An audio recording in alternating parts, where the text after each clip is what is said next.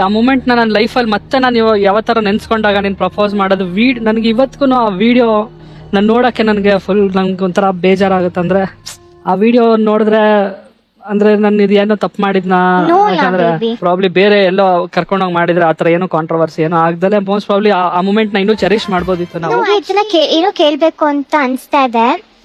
ಮದ್ವೆ is such happy feeling ಅಲ್ವಾ?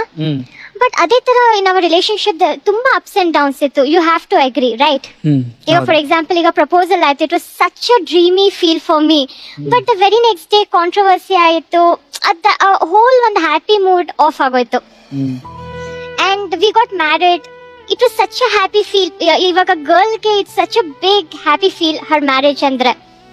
But ನಾವು ಹನಿಮೂನ್ಗೆ ಹೋಗಿ ಅದು ಆ ಹ್ಯಾಪಿನೆಸ್ ನ ಎಂಜಾಯ್ ಮಾಡೋಣ ಅನ್ನೋಷ್ಟ್ರಲ್ಲಿ ಇನ್ನೊಂದೇನು ಕೋವಿಡ್ ಪ್ಯಾಂಡಮಿಕ್ ಬಂದು ದಾಟ್ ಆಲ್ಸೋ ಸ್ಪಾಯ್ಲ್ಡ್. ಅಂಡ್